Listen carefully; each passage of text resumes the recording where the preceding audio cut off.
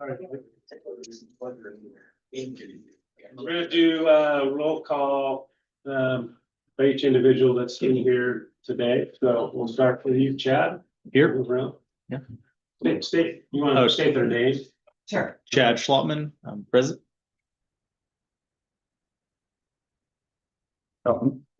John Evans present. Dwayne Judd. Julian Taylor, present. Gary North. And then ex officios. Richards. Nate Wyatt, this Ben. That's what Don's here. Don's back. I guess these two. He's Asian. We're not used to the same issue. Yeah. I mean, that's the best thing I think is. Yeah. Don Mill, Edco Bend Area Director. Anybody online? Looks like Amy and Willie and Brianna are all on. Okay, thank you. And Chad. Yeah. All right, anybody in for public comment this morning? This afternoon, I guess. You don't have anyone on. Okay. Everybody had a chance to review the meeting minutes from October. Any comments? If not, can we get a motion to approve? I move to approve the October 20th meeting minutes. Second, Second. all in favor? I Aye. Any opposed? All right, meeting minutes are approved. And Cyrus, talk about the recap from the electrification meeting.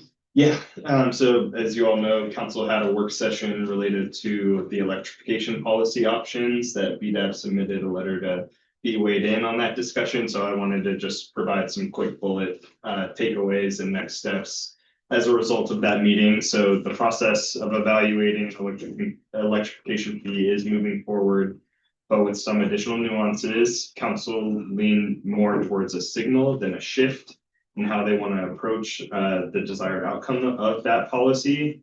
The signal option is more likely to be a lower fee that council recognizes may lead to a lower level of behavior change, but that moderates the level of additional cost added and also generates resources that can be reinvested back into the community. Council, one newer nuance that I think is really important for BDAP to pay attention to is that council would like to explore non-monetary incentives sooner than later, with a work plan and update going to a work session for council in December. And I think that that is another opportunity for BDAP to potentially think as creatively as we can and what other non-monetary incentives we would like for council to consider in that conversation. Council would also like to use the joint committee of the Environment and Climate Committee, BDAB, and the Affordable Housing Advisory Committee to evaluate 2 to 3 different fee options. And again, some of the non-monetary incentives in order to provide a recommendation to council. And that joint committee will also have ex officio seats for the utility providers, as we've previously discussed. So those are the updates that I just wanted to make sure that BDAB was keeping it open. Anybody have any questions relative to that or comments? Yeah. Cyrus, Nate, Ben. Is there a mic?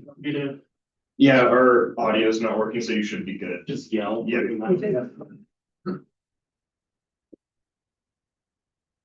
It's gonna jump on, share my screen here. So a couple of different topics that we've asked Visit Ben to come prepared with. We routinely do a kind of post-summer, post-busy season update to BDAB. And I think we're at the point in the year in which that makes the most sense. And additionally, at the work session last week, council talked about some transient room tax related projects. And there's an update on Visit Ben's work that we're also going to include in this conversation to make sure BDAB is up to speed on that as well. So, It's red. yeah, that's right. Yeah, thank y'all. Nate Wyatt, Senior VP of Strategy for the record. Ex officio member here at BDAB. Excited to just sort of walk you through when we got together in, I guess it would have been May last year. took you through the Visit Bend annual strategic plan, looked at some numbers. One of the key sort of takeaways was that Visit Bend for the first time in 6 years, we're going to re-engage in strategic summer marketing. And for us, that looked like getting back to historically represented occupancy, hotel occupancy numbers, but also room tax collections. Our job, as defined by the city and our contract, is to maximize those room tax collections. We understand that when our visitor economy does well, so too does the city's general fund. And that general fund, in a biennium where we are now, where the city's constantly trying to find money, if tourism does well, that's on an unrestricted source that they can apply towards their highest needs. So we're gonna walk through basically, as I recap, some of our strategic goals as they related to our plan this year. One of them was to thoughtfully reintroduce summer marketing to boost that transient room tax during low occupancy periods. We also wanted to generate targeted content to emphasize sustainability focused travel, keeping money in the community. I know Dwayne, you and I talked a lot about that, and we're still working on how we define what economic leakage and surplus looks like, and it's all part of the bigger conversation related to the invest spend plan and other economic development efforts going on with the city. And then another thing I wanted to highlight was related to group meetings, conferences, corporate retreats, things like that. We've invested and we're excited to announce that we just hired a new group sales coordinator. It's Ben's first sales position in close to a decade. And as part of that, she's going to be diving into a lot of those things because we understand how much group business is important as a stabilizing piece of our economy as it relates to tourism and the opportunities that we have. More to come on that towards the end of my presentation. As a reminder, our summer strategy really was inspired by data. So through our work with the Oregon State University Sustainable Tourism Lab, we were able to identify sort of this inflection point where occupancy levels at hotels, when it hit 75%, that resident sentiment started to decline significantly. Residents were like, value of tourism is just not there. It's contributing to congestion. I can't get into my favorite restaurant, all of those things, right? As part of that, we also knew that summertime is our biggest opportunity citywide to have our hotels full because there's more money being driven by those hotels. The average daily rate is a lot higher. People are coming more frequently. Because of that, a good August can outweigh a bad other 9 to 12 or 9 to 11 months of the year. And that's sort of what a little foreshadowing is what we're going to see. We also leaned in on utilizing our own media efforts. So everything from communications with industry partners to communications to visitors specifically, whether that's social media, whether that's email updates, whether that's alerts that live on our website, to have a more flexible response as it relates to things like smoke or other weather related impacts. One of the things that we saw in summer of 2024 was that we had, I believe it was somewhere around 30 days where the AQI was over 200. And we saw a huge plummet in visitation because who's going to want to come here if you can't see the mountains, right? And all of that allowed us to leverage some additional funds and reallocate our budget in a way that ensured that we were spending our money marketing to attract visitors at a time that felt appropriate with a message that felt appropriate in places that felt appropriate. So what did that lead to? That led to, and we're tracking all of this, by the way, through attribution models. So attribution at a high level, meaning can you show where your marketing efforts were successful and where they weren't? We using location data, using the cell phones that we're all carrying around, using a lot of technology behind the scenes, we're able to serve up an ad to somebody and then track them until they show up in market. When they show up in market, we can track the economic impact. We can understand how much more likely they are to visit. We can see what days of the week they were most likely to visit on. And we can see how much more likely they were to stay at a hotel than people who weren't advertised to. And at a really high level, what we saw was the economic impact equaled about $11.7 million. That's an increase. We're going to dive into that in another slide in just a few minutes. Those who were advertised to were 10 times more likely to actually visit Bend than people who weren't advertised to. So we can see everybody that's visiting Bend, and we can pull out the folks who were advertised to. They are much more likely to not only come once, but they're likely to come multiple times, and they're likely to spend more money when they're being advertised to. So that's showing us that our advertising is working. There are also other related pieces that play into this puzzle, I guess, that we don't want to ignore. Things like we understand that we had an insane concert season this year, and a lot of those concerts fell during the midweek time, not during weekends. We didn't have smoke. It was an incredible summer. And, you know, we can stand up here and say we're really good marketers. Yes, the data shows that. But there are things out of our control that can lead to our demise or our success, and we need to recognize that as part of our strategy. When you look at the days of the week and going back to some of that original strategy and those tactics, our goal was to make Bend feel less crowded on any given day. And again, concerts, smoke, all of those things that are out of our control, we still were able to overlay our calendars and look at weather impacts and make strategic decisions that informed how and when visitors arrived and how they behaved when they were here. To that end, we saw a decrease in overall visitation during Saturdays and Sundays, but we saw an increase across the rest of the week. Most significantly, Tuesdays and Thursdays became the two busiest days midweek outside of the weekend. And you can see sort of the two lines, look at how the Tuesday line and the Thursday line got a lot smaller. Saturdays became actually a little bit more popular than Sundays did. And those lines are kind of hard to see, but Sundays used to be the busiest day, now Saturdays are, but Fridays, Tuesdays, Thursdays are gaining in popularity as well during the summertime. So folks didn't feel like Bend was as busy this summer from a tourism standpoint. How does that relate to spending? This year, what we saw was that visitors during the summer months of June through September spent about 4% on average more than they did last summer. Those categories that where we saw an increase in spending included accommodations, hotels were charging more, but also specialty retail. Folks were shopping more, not only downtown, but at the Old Mill District, citywide. Food and beverage, but we're spending more at restaurants. That makes sense when you think about there being nicer weather, there being more concerts, things like that. And July was flat, but August saw an 11% year-over-year increase in consumer spending, which is really significant. And August was one of those months that we saw record room tax collections. First time ever that August exceeded $2 million in room tax collections citywide. More charts. So there's three lines I kind of want to point out here. The green line being, and then Jonathan has a chart in his InvestBed deck that's somewhat similar. So we took the 5-year average occupancy across the year, and you can see that as we get into this time of year, things start going down. We have a seasonality issue that we're always still working to address. However, the gold line is what happened last fiscal year, and to that point, things got really strong. You know, we were below the average in July and August, that smoke.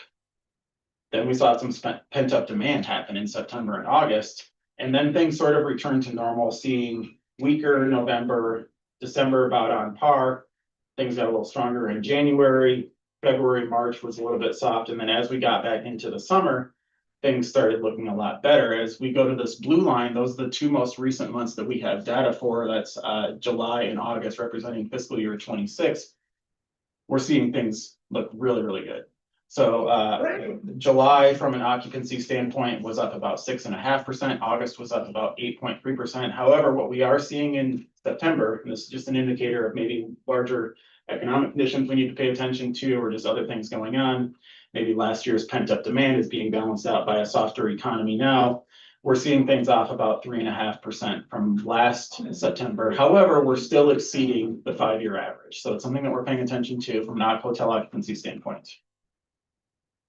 There's another chart that just goes a little bit further back in time with each of these bars representing a different month, and the red line indicating that average hotel occupancy. And one thing I just want to illustrate here, here's that September piece that we really want to keep an eye on. But you can see the rest of these months, June, July, and August, these final bars over here on the right, were significantly higher, going all the way back really to pre-pandemic times. So our goals of increasing summer occupancy, increasing those room tax collections have largely come to fruition. However, we know that our job's not done, and we really need to focus on keeping that stability going into the fall and into those winter months.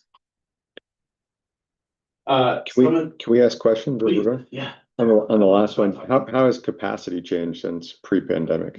Capacity has stayed fairly the same. So as new hotels have come offline, as have others come, as new hotels and rooms have come online, others have gone offline and transitioned into whether it's transitional housing for our houseless population or other folks.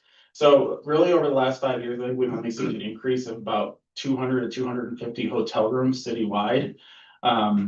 You know, there are economic issues to it, something that Gary could probably speak to a lot better than I could because he worked in the in the construction industry for so long and saw that demand. However, we are, we're seeing a few things happen here. And so occupancy, these numbers just represent hotel rooms. Aside from that, other forms of lodging that provide revenue to our city include things like short-term rentals. We consistently have around 1,100 of those in the city, and we have for the last decade plus. We have really thoughtful code in place that inhibits the ability for vacation rentals to grow ever larger than a 2% overall percentage of our housing supply, which I think is really healthy. And then one thing that led to significantly increased room tax collections this year was the onlining of a new RV resort down at the south end of town, which had an average daily rate on par with what hotels are charging.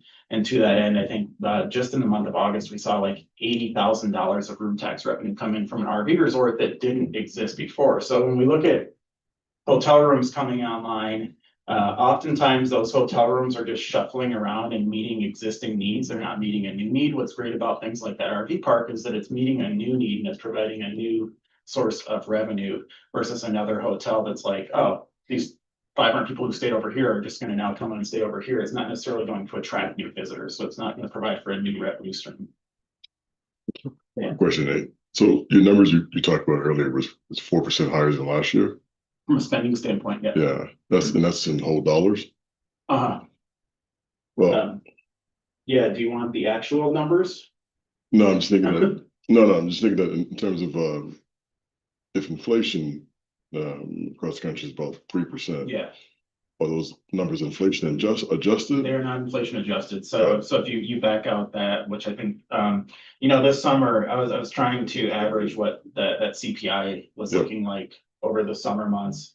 I think it was closer, just under 3 as I averaged out over the summer months, but it is sliding back up. So yeah, it's still growth, but it's not 4%. It's more closer, I guess, like 1.5%. It represents about $6.1 million more in overall spending across the summer than this time last year. Okay, good. Yes. So one last one. Yeah. The other slide, you mentioned that you mentioned the concert season. And that a lot of the dates were midweek. Yeah, I mean, they had 52 concerts this summer, so naturally more of them are going to fall midweek and on weekends. Gotcha. And so in that chart you showed by day, we didn't see, we saw changes on the weekend. We didn't see a lot of change sort of that midweek. Yeah, so there, go back to it. And it's kind of hard to see, and I wish the scale of these were the same. That's really annoying. It's something I've voiced some opinions about data providers. However, when you do look at those numbers by certain day of the week, I'm happy to share some data sets with you. Yes. Tuesdays actually saw an 11% increase in visitation year over year. Whereas things like Saturday and Sundays combined saw 14% fewer visits to our community. So fewer visitor days on the weekend. A visitor day being defined as like you were a visitor, you were in town one day, that's one person, despite if you may leave Bend and come back to Bend, it's still one person one day. Yeah, gotcha. Cool. So yeah, Tuesdays and Thursdays saw the largest increases, Saturdays and Sundays saw the largest decreases in overall visitor volume. This heat chart is a heat chart that I showed you all last year when we were together, and the darker the color, the more money that's being collected for room tax revenue, right? So as we move down to more recent times, what we started to see was this sort of V shape happening where things were getting darker, more room tax collections were flowing in year round. And fast forward to where we are now, you can see these final 3 blocks down here get a little bit darker. So this was the first time ever as it relates to June activity, where we May activity, where we saw room tax collections exceed $1.4 million. Only the second time ever where we saw them exceed $1.6 million for a month in June.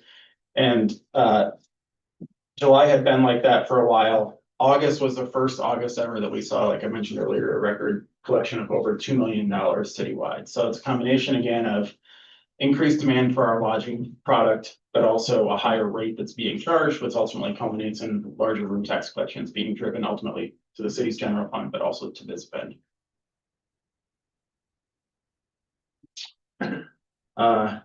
You have to give me a half hour. Figured we had questions. Yeah, so thus concludes all the charts. Send you all the data if you want it, spreadsheets, happy to look at them with you. Some exciting news that last week, if y'all tuned in, this was a week and a half ago now at the council work session. We sat and discussed use of the tourism reserve fund that the city's hanging on to. And it was announced that they're going to be investing in the Mirror Pond or the Brooks. North Mirror Pond. Thank you. Mm. Which Cyrus would be happy to speak to, sure. Yeah, definitely can. Why don't you wrap up?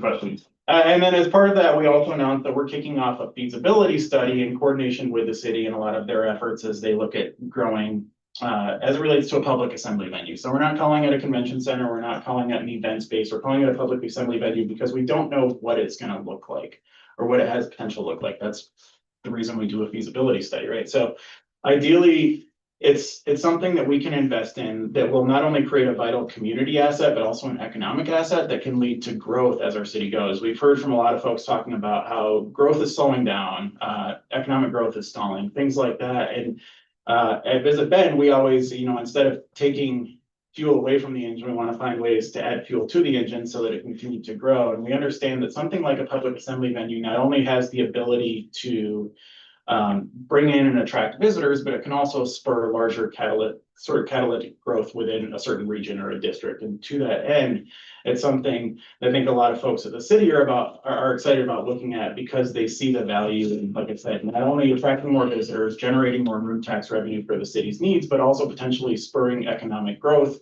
in a part of town that could use it, that can bring more businesses to town, right? You think about conferences you've all been to or events, things like that, step outside and there's a bunch of good restaurants you can go to. There's places you can go to play games, to buy things, and to be able to create something so vital in Bend on the back of a tourism-based community asset is something that we're looking at. So the idea is that this started out a while back. We put it in our budget. You may have remembered us talking about this briefly when we presented in front of you all in May. And we kicked off a competitive RFP process earlier this year. City, Cyrus and Katie were both involved in that process as well as several other folks from the city. We interviewed multiple firms and decided to select CSL, that's an acronym for Convention, Sports and Leisure. And this is what they do. They do these feasibility studies. They come into our community. So it's going to be a 12-week process that just kicked off last week. They're going to be coming to town multiple times. They're going to be interviewing several folks within our community who work in all these spaces, doing a large background analysis just on the industry, looking at all sorts of different data sets, ultimately understanding what the potential market demand is for something like this, what it's going to look like, where it would live, how it would be paid for, all those questions. I don't have the answers to right now. Hopefully we'll get them when we get this product of the study done in January 2026. And so joined today by Jeff Nebb, our CEO at Visit Bend, who's taking lead on this project within our organization. If you have any questions, I don't want to speak for him, but I think he's happy to answer them. Absolutely. Okay, more questions? Excellent. Any commentary, Cyrus? I have one that's maybe a little separate from just this Yeah. topic. So if there's one specific to this, let's go now. Actually, I have a question. It's not specific to that. So you talked about, again, sort of getting an understanding of where the best bet is for Visit Bends and spending their dollars, right? So Visit Bend gives out a number of grants throughout the year. Yeah, right? about 22.5% of our budget overall. Got it. And so, and particularly around the concert series, I've kind of talked offline about the fact that Old Mill has done an economic analysis to see where those dollars get multiplied when they have a concert event. Is there an opportunity to redo that study, to do that on a regular basis, to get an understanding of where the better bets are? And can you speak to that a little bit? Yeah, absolutely. So this is something that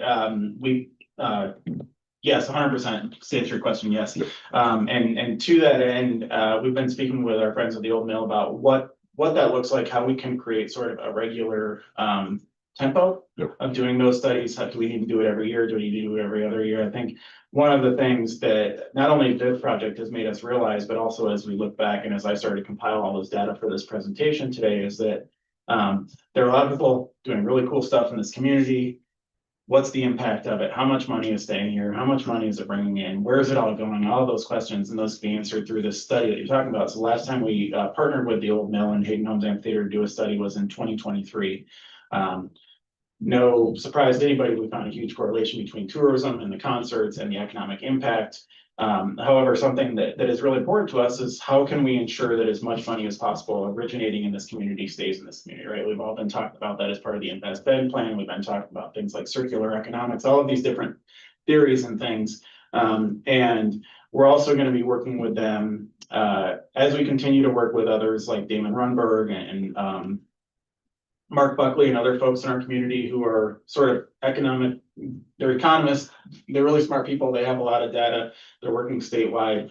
As we try to assign some numbers to not only the value of tourism, but ensuring that tourists are paying their fair share, that we're also focused on how much money is staying in our community, how much it's supporting our workforce, where there are opportunities to continue to invest in so that we can bolster up that workforce and those businesses that really rely on not only tourism, but provide and enhance for that quality of life for locals as well.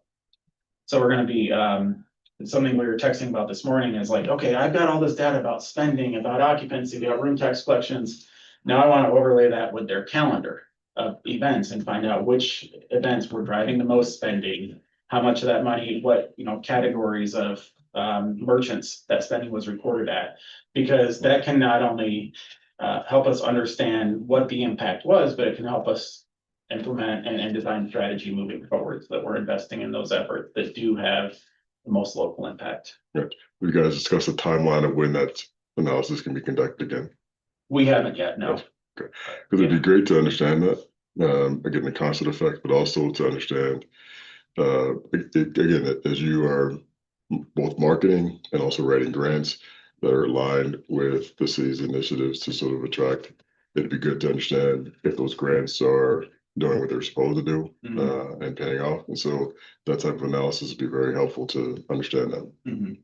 Yeah, that's another thing just related to, so we have, those of you who aren't familiar, we run two grant programs, the Ben Sustainability Fund and Ben Cultural Tourism Fund. They both fit into different pieces of the state law, the state statute by which Visit Ben operates under. The Ben Cultural Tourism Fund uses marketing and tourism promotion as its main mechanism to attract visitors through cultural events. So those dollars are invested in local organizations that are putting on events in non-summer months primarily that align with all of our goals in our annual strategic plan that bring people to town for those cultural events throughout the year. That's something that we're very interested in tracking more economic impact related data on. The second grant program, the Ben Sustainability Fund, invests in tourism related facilities. Those are defined as real or improved pieces of property that have a useful impact of or useful lifespan of 10 or more years by a substantial amount of visitors. And to that end, that one is a little bit, it's a little bit more tricky to get the data around that return on investment a lot of times, right? We can assign a certain value number to the number of people that went to this place or that engaged in this activity. But it's something that, just to your question, we're very interested in getting more data around so that can help guide our processes moving forward. Good. And I think if I could, for the record, Xavier Borja, Destination Stewardship Director, so oversee those grant programs and all of our reinvestments. So that's something that I've been working extensively on with our Data5 folks as well, on how to create and maximize impact. What does that mean and what does that look like? And last Monday, we had our joint commission and committee meetings, so our groups that oversee both of those make recommendations for the applicants that we receive. Cyrus was there. I'm sure he's happy to share a little bit more if you'd like on that. But one of the biggest contexts leaving that meeting was impact. So bringing those folks along to what that is and what that looks like, they're the ones bringing the recommendations to me and to us as a Visit Bend, and then we bring to the board for approval to disperse those funds in relation to what Nate mentioned to both those grant programs and what they do. But again, just really reevaluating what is impact, what does that look like, what does that mean, and changing and altering or potentially just reevaluating the criteria as to how we grant those dollars out. Gotcha. Yeah, so it'd be great if, we can't ask a lot of questions around the proposal to have a visitor center, or what was the concept again? Public assembly venue. Public assembly venue, a pad. We don't have any data yet, but it'd be great if this is an and. Well, as you do that analysis, it'd be great to have this information as well in tandem. I mean, it would help us understand. Again, as you talked about, you have cell phone data now. So when folks visit, we can get a clear understanding of where they're traveling and their pathways through the city to tie into where they're spending money. And so that analysis, that information would be helpful about that secondary effect outside of hotels, where they're actually spending money and where a good location would be to have a venue like that. So that'd be great. Thanks. Yeah, we are very eager to share the results of that study with y'all. Hopefully in January. Katie, I don't know if you want to speak to, since you were involved in the interview process, any takeaways or anything you're really excited about as this report is published? I think one of the biggest takeaways is, and the reason why we selected this group was their ability to look at the public assembly, whatever, and also a flexible event space. And they took a look at it from a district standpoint of what supporting industries and small businesses, et cetera, and transportation network, et cetera, actually supports something that's a community gathering place, rather than let's just go study a community gathering place. They reverse engineer it. And I thought that was probably the biggest takeaway. You guys too? Yeah, I think there's gonna be a lot of data that are gonna support. A lot of non-tourism based businesses in this community make more strategic decisions moving forward and how we grow as a city. As it relates to all of the other conversations and studies and everything else going on, I think this will provide a lot of value and help us just see that picture a little more clearly. And you teed me up perfectly for the final slide, which is just an overview of Bend Sustainability Fund, which we're getting prepared to launch very shortly here. So on November 12th, the Bend Sustainability Fund application window will open for that grant program that we operate. We'll be granting out at least $500,000 of visitor tax dollars this year into tourism-related facilities and projects. As part of that, we will be winding down that application cycle on January 16th. It'll then go through a staff review process, and then it'll be put in front of our advisory council. Our advisory council is an independent body of local citizens. Like Zavi said, we're not making the decisions. Local citizens are making the decision, and then we're bringing it to our board for approval as part of all of that. So we're very excited to launch that process in just 9 days. And that concludes my presentation today. Just a quick overview on how summer performed, keeping a close eye on fall as we get into winter. Amongst all these other things, we're trying to work very closely with the city on whether it relates to tourism or overall community impact. Thank you. Any questions? Do you have any forecasting for this winter season? Expectation wise? We expect, so generally, I think one of the things that's interesting, Farmer's Almanac is predicting a very snowy winter. So that's like 50% correct, maybe. Something that I think is fascinating, if you look back at all of the data, is that big, huge snowy winters aren't often our most successful winters. The best conditions are when there's enough snow on the mountain for people to ski, but the roads are clear enough for them to get here. So we're very grateful that the transportation package got passed at the state level so that people can get here without having to worry about getting into an accident on the way over. Nationally speaking, and economic uncertainty aside, people still have a high propensity to want to travel. They want to experience new things.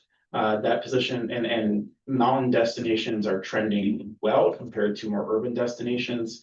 Those are all good indicators for where we're looking. However, as we look at pacing, things are still a little bit soft from a lodging standpoint. So continue to keep you updated. And if anybody finds a crystal ball, please let me know. What percentage of your working dollars that you spend in a fiscal year go toward peak summer months versus the off season where you have this huge dip in occupancy? It's still pretty insignificant overall. It was about 15% this past year, and prior to that, it was for the last 6 years, it was 0%. So just a reallocation of overall marketing dollars. We're still, this Just so I'm clear, seasonality for- 15% is during peak and the Yep. rest is during. Yeah. So because our budget has been relatively flat over the past several years, so it's not like we can find new money to just put towards summer. We have to take it from somewhere else. This, but so if you look at the seasonality curve right in occupancy, we're still really focused on trying to lessen that curvature as much as we can. We understand the workforce implications, the housing implications, transportation implications associated with a pretty significant seasonality curve. And so if we can continue to invest our money into flattening out that curve, which we have done, it's just those shifts take a little bit more to be recognized in those non-summer months than they do in the summer months. And like I said, somebody staying in a hotel in July or August is going to contribute significantly more room tax revenue than somebody staying in a hotel in November, December, January, February sort of thing. So we have to balance all of that out. Our needs to maximize those returns to the general fund, while we also want to stabilize that lodging economy to the rate where people can be employed year round. They don't have to go from one job to another, or they have to find housing and figure all these things out. Which is, I'll just jump in to support that, which is why we're looking at potential investments in more year-round covered things that we can attract visitors to. I mean, the mountain's great. We see, what's the number? About 30% of people visiting Bend in the winter are going to the mountain, which is a small number. I mean, there's still a lot of room to grow there, but for us, that tells us that there are a lot of people coming for other things in general. And so can we look to expand those assets by which we can deliver year-round attraction? And is that the type of thing that this sustainability fund is looking to invest in, or where do you see those type? I mean, obviously something like this assembly venue has opportunities to be a year-round solution for, economic usages, but you said only 30% of the people that are coming in this off season are going to the mountain. Where's the investment coming from in those concepts? The cultural tourism fund is really the biggest driver of that, because those events oftentimes happen indoors. So you think of things like Winter Pride Fest, things like TEDx, those types of events that we're investing in, utilizing promotion and marketing dollars to try to make those events more successful. Those happen in those non-summer months, and those are ways that we see above and beyond our marketing efforts to attract more visitors in those non-summer months through the Bend Sustainability Fund. Historically speaking, the fund is only 3 years old. It's been primarily invested in those things that are driving visitation during peak summer months, I guess, to more so offset demand. And the Mount Bachelor summer hiking trails are a good example of that. Our wilderness areas were getting overused. By investing in new hiking trails and hardened areas at Mount Bachelor, we're investing in a tourism related facility that is also offsetting that demand, and it's driving economic impact, because now Mount Bachelor has an opportunity to make money. We're employing more people, we're providing more stability. In the wintertime, trails up at Mount Bachelor are covered by many feet of snow. So it's hard to do that. However, I think, back to Zavi's point, as we continue to work with our advisory councils and our commissions through this, understanding what success looks like, how we can have the biggest impact, and looking at all of those opportunities as they exist right now to invest in things that are going to help stabilize the economy throughout the year. And I think just adding to all of that is that they should and are going to work in parallel together to complement each other. So one of the things that I run into a lot with the Bend Cultural Tourism Fund in general, with all the folks that are looking to apply, is one, is marketing and our marketing dollars what they need and want? Yes or no? And that's what we're able to fund. And then second to that is location. So struggling to find a location to which to handle or hold their event, and then to also grow that. So again, those are two things that are a little bit limiting to the community at large and to what that means and what that looks like. So then counterpart to your question earlier of the BSF to be able to help mitigate or help work within that on the shoulder seasons. Mhm. Yeah. I mean, last night I went and listened to there was a group that got together over in Shevlin Park for the Children's Museum of Central Oregon, a concept that, is, I think, personally something I think this community should have. I think of all the metro areas in Oregon, we're the only area that doesn't have a children's museum. And when I think about what kids are looking to do in the wintertime, they need places like that. So I'm just curious how an organization like that that's trying to take shape and create a permanent footprint in a place like Bend, how does it work with your organization to start to map out the economic impact of bringing more families and things like that to the community? I've met with them and I want to honor time. I'm happy to set time away with folks to speak to that. But I've definitely met with those folks in the past, given last year. And I think the biggest thing within our state statute is, substantial use by visitors. So what does that mean? What does that look like? And ensuring that there's an opportunity there for visitors, and the way the statute is a visitor is 50-mile radius outside of the city limits. And so where and how and for me and for us at Visit Bend, we want to live in that gray, but still honoring state law and statute within that. And whether it's us fiscally supporting through the Bend Sustainability Fund, or even not just, but being able to set the table to their larger needs as to what that looks like and what that means. I'm very fortunate in my past roles and also in this role to be able to be out and about a lot. So meeting with a lot of people. So connecting those dots to what that is for a greater economic impact, and hopefully mitigating duplication of efforts. And I think in funding, especially Central Oregon, and also aligning that with legislative priorities for potential opportunities there, which I've connected them to in the past for this last short session. But yeah. And then I think another example, how we doing on time, Zach? Probably. Yeah. Central Oregon Center for the Arts. And so through the Bend Cultural Tourism Fund, we've actually been able to invest in multiple feasibility studies so they can understand that larger process. And as we invest in this new feasibility study for a public assembly venue, we're bringing them along for the ride. So we're having conversations with them. We're saying, you guys want to do this, that's great. And we have this opportunity to look at something that could serve your needs, but also provide additional community impact. And so continuing to have those conversations, finding those opportunities to thrive in that gray area, especially when we can ensure that we're aligned with state statute. John ate up all the time, all those great questions, but just one thing. So when we start talking about this investment in a public access venue, one of the things that we talked about this offline is that when visitors come to Bend, correct me if I'm wrong, but it's not just Bend, they go into Redmond as well in other areas. And so would Bend have to take on this investment alone?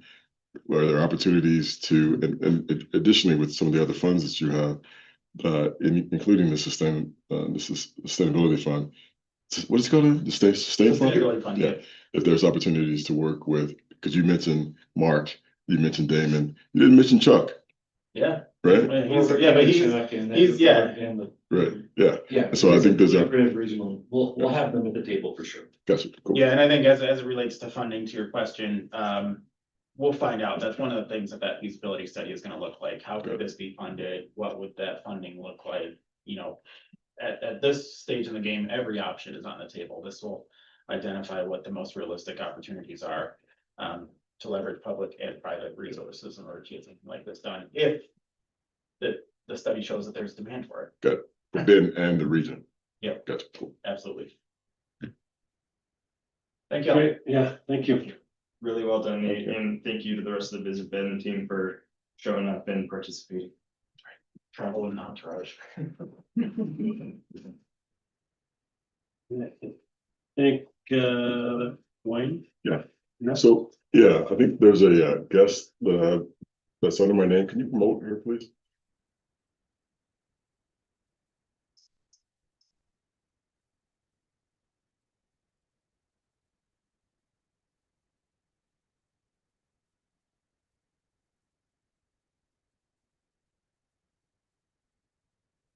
While you're doing that, so as part of Invest Ben, there was an opportunity in August to meet with economic development professionals as well as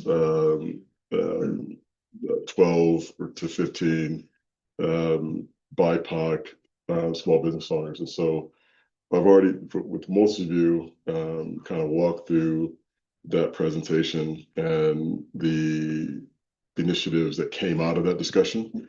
As follow-up, as we had a conversation with the Central Area Advisory Board and other stakeholders, including a couple of council members as well.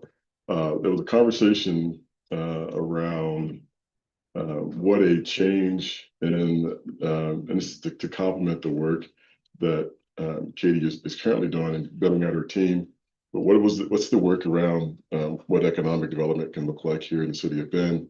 Not kind of recreate the wheel, but look at opportunities, look at some of the practices across the state, particularly when it came to urban renewal areas, as well as for that broader economic development, which, as we know by state law, the urban renewal areas has a cap of 15% of the tax assessment areas within the city, within Oregon. So what happens with that other sort of 85%?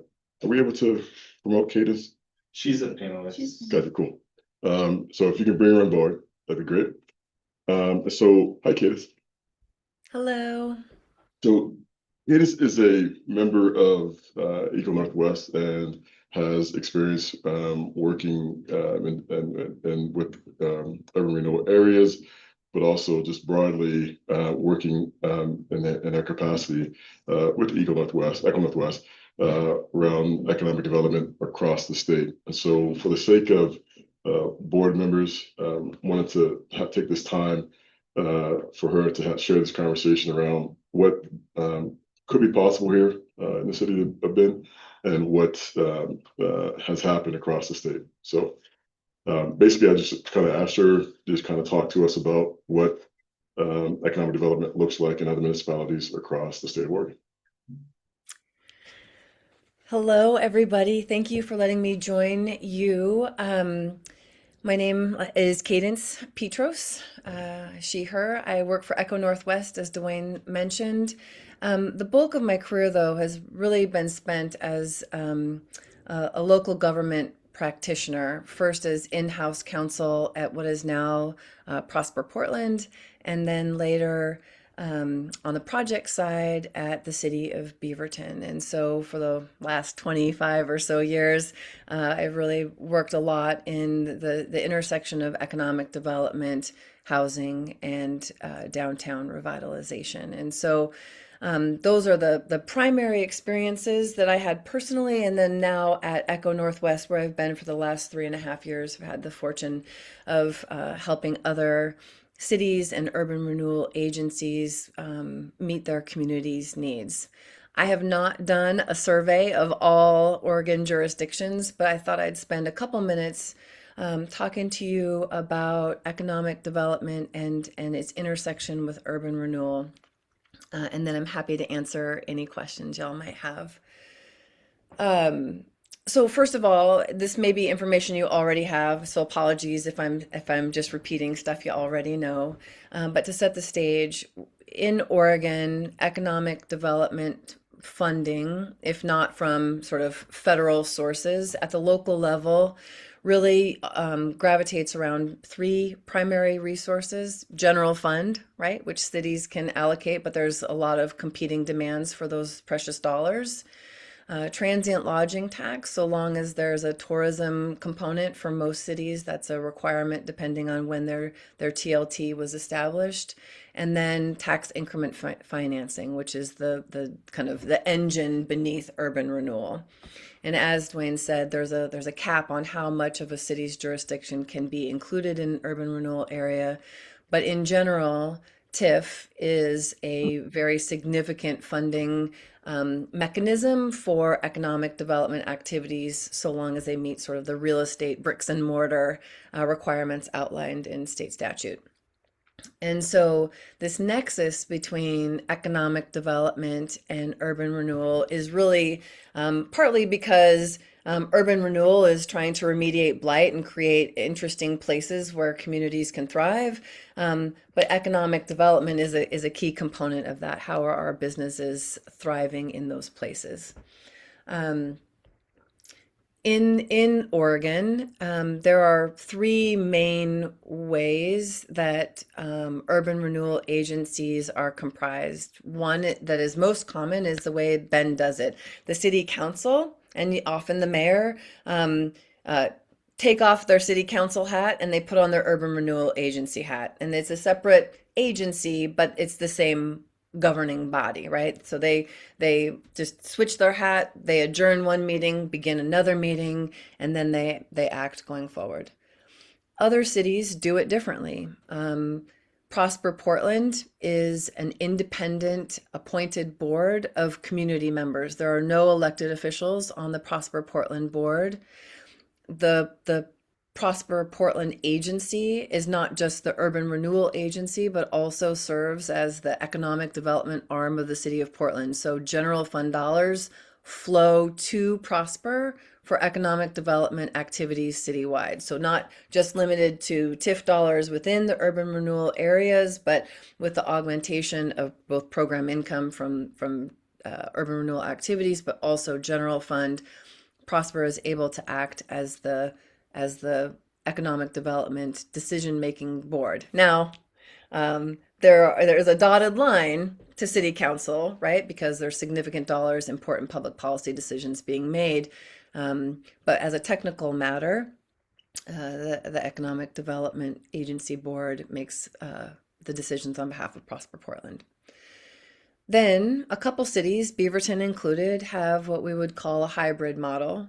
In the city of Beaverton, there are the mayor and the city council serve as the members of the Beaverton Urban Redevelopment Agency, but there are also appointed community members. Historically, those community members have expertise in real estate development, sometimes special district participation, housing, etc., depending on the needs of the agency at that time.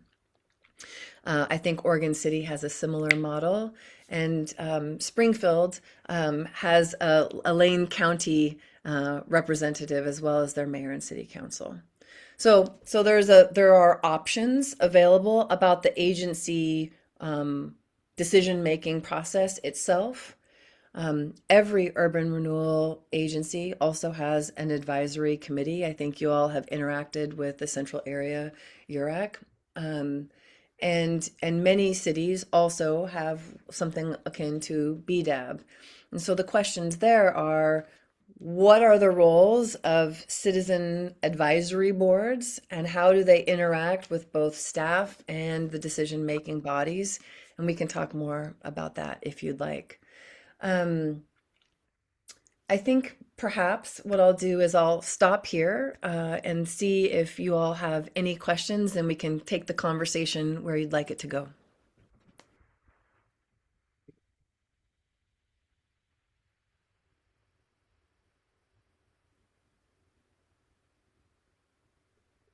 So, just want as part of the conversations we've had before, and particularly as we ended the not the last BDAP, but the special session that we had a couple of weeks ago. One of the questions we were talking about at that time is, and even Gary, our last conversation here, you were talking about, the board having time to gather, convene together. What will be BDAB's role as we go forward? We had a conversation with CAB, and they have some concerns that we'll let them articulate. But one of the conversations we had here was about the broader supporting of Katie and her team, what that looks like, how we show up as an advisory board and participate in those broader economic questions. And what that, not only the fiduciary responsibilities are, but what are the the direct responsibilities of BDAB and engaging and with investment, or now that broader economic strategy, how we participate. And I'm not sure, and again, I've only been on BDAB since January. Prior to that, I was in Portland for about 9 to 10 years, and saw how their economic policies were developed.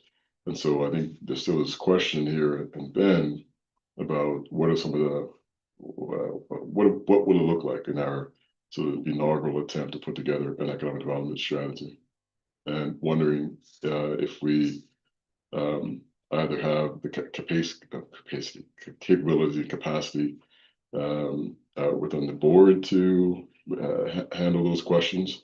And we made some changes recently to help in that effort. But what are kind of the needs? And it's just the critical question about what those needs are, and what are some of the models out there that we can leverage.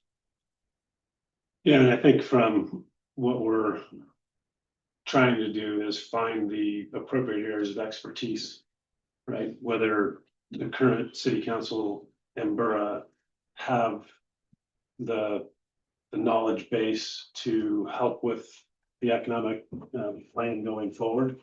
And again, where CAB and BDAB sort of intersect with that stuff. And I don't know that we have the answers until, I think we've shifted this discussion to February at this point, but I think until that information comes out, to figure out where we can best fit in there, and whether there has been discussion about potentially merging CAB and BDAB. But that discussion has been ongoing between us and Katie and Cyrus and Jonathan to see how we plug in.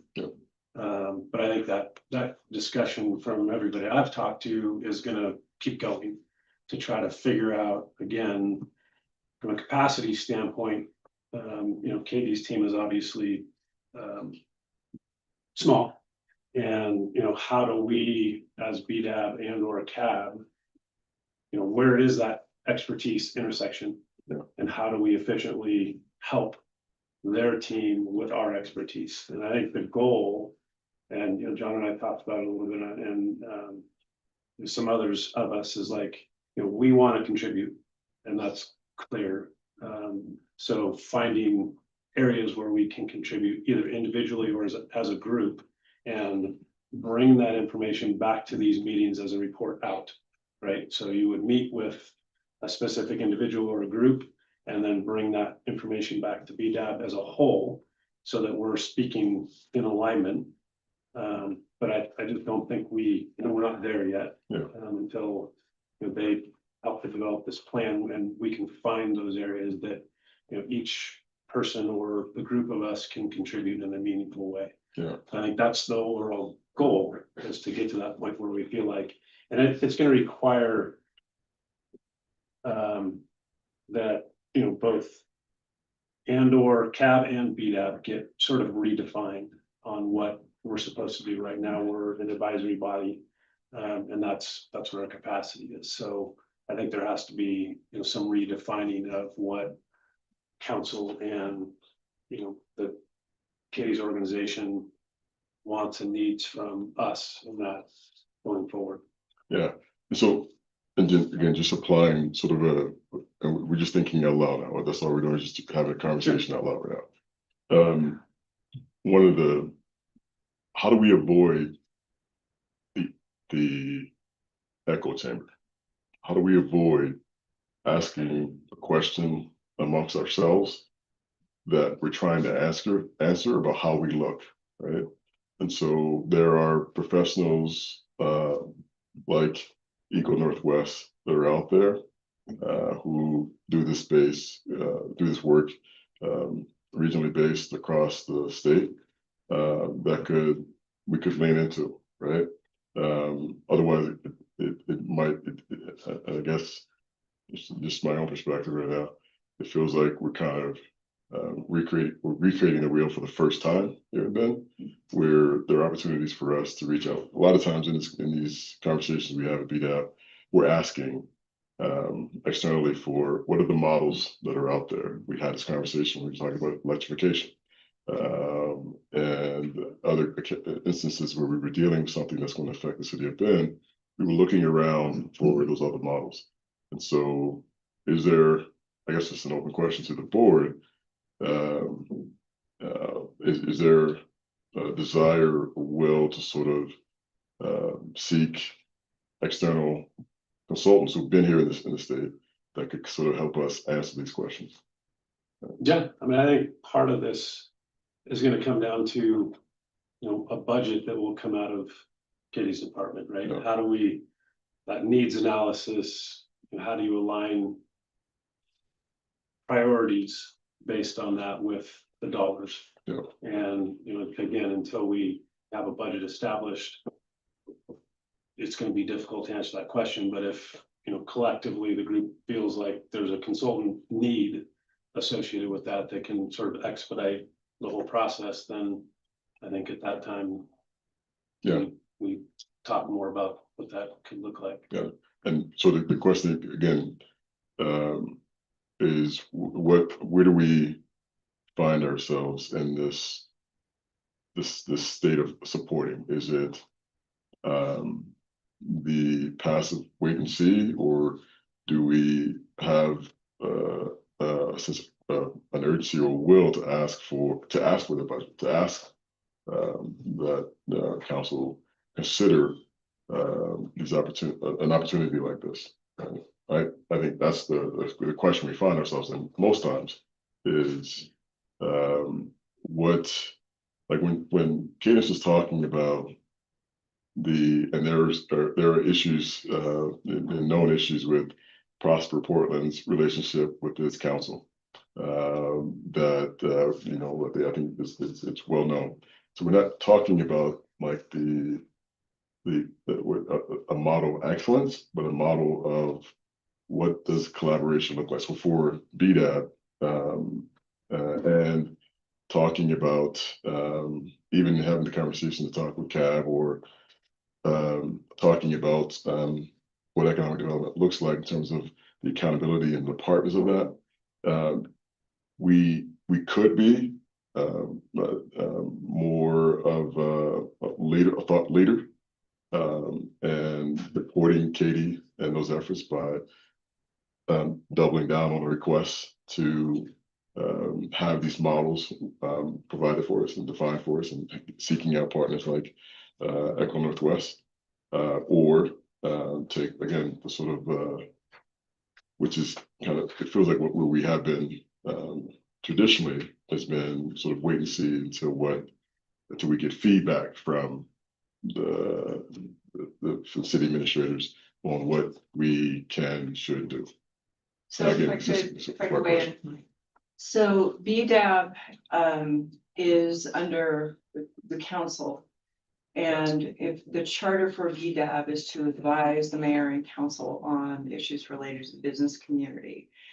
The CAB is, as you guys have talked about, is a separate entity that has to do with urban renewal.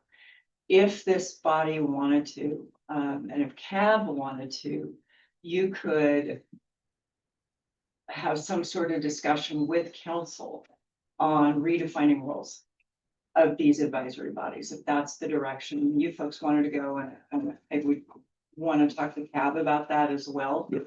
And maybe form one group or two, but at this point,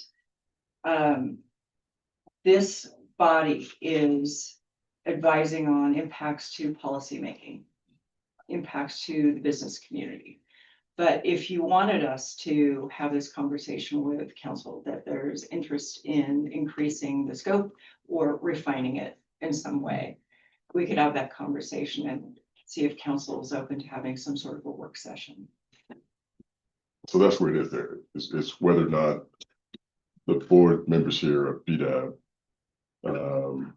have the impetus to sort of move forward with talking more broadly about economic development impact, BDAB's role, and the we have and Katie's already articulated the reasons why InvestBin got separated from, and now it's Bureau only versus that broader economic development aspects of it, of that work that was initially engaged, that they were engaged on. And so, but economic development across the city is broadly what BDAP has been chartered to provide council with advice on, right? So whether it's talking with CAB or with the thought process now that given the emergence of an economic development team, what does that ultimately look like in advising, supporting that team, this development, and advising again, council primarily, right? Particularly when, as one of the things Kate has talked about was that if you look at the Beaverton model, it's a hybrid where there are community members on Bura, on an entity that looks like Bura, who have those expertise and provides that additional scaffolding. And so I guess the question is, how much scaffolding does BDAP really want to participate in? And can we have an intentional conversation about that? Can I suggest maybe we set that as an agenda item for one of our meetings soon? I'm just process-wise a little confused. Are we doing number 5 here? Yeah, number 5 was because number 5 was written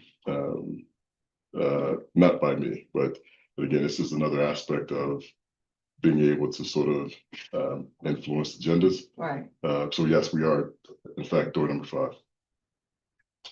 The request that was made was taken from the event that you had referenced on August 28th. I just used the same title, so. That's the process, yeah. But Okay. to answer your question, we are doing number 5. Okay, because I think number 8 might be, I mean, these are really big, important questions that I don't think we're gonna be able to answer today. But I also hear your, like, let's not sit around and be passive.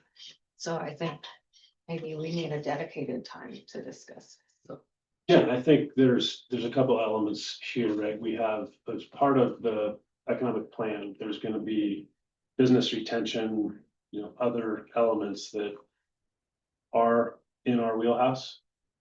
And, so again, this is like a big picture thing that this investment plan is gonna sit here and exist for a long period of time, right? So going back to areas of expertise, and I think this is a great conversation for this board to have. Is our best energy and expertise put into Bura, or is that cabs? Is our best expertise put into business retention?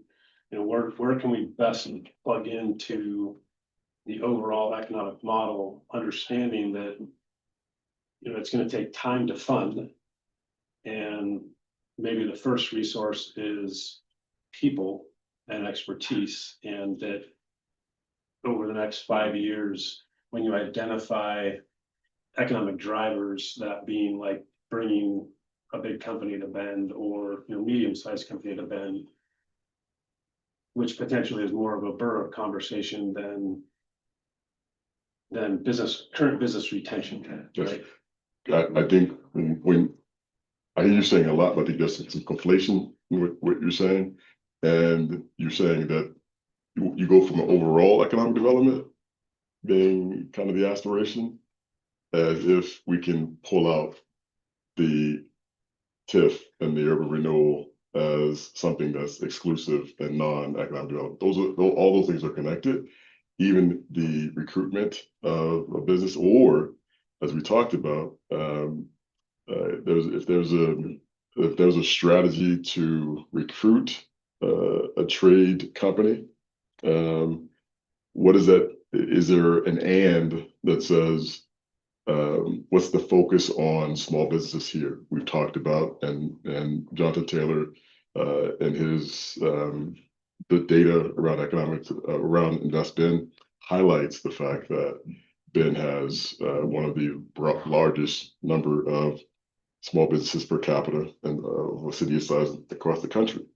And so when we start talking about the layers of this, it feels like if we lean into a situation where there is partitioning and segmentation of for city its size, that we miss really digging into and developing a broad picture.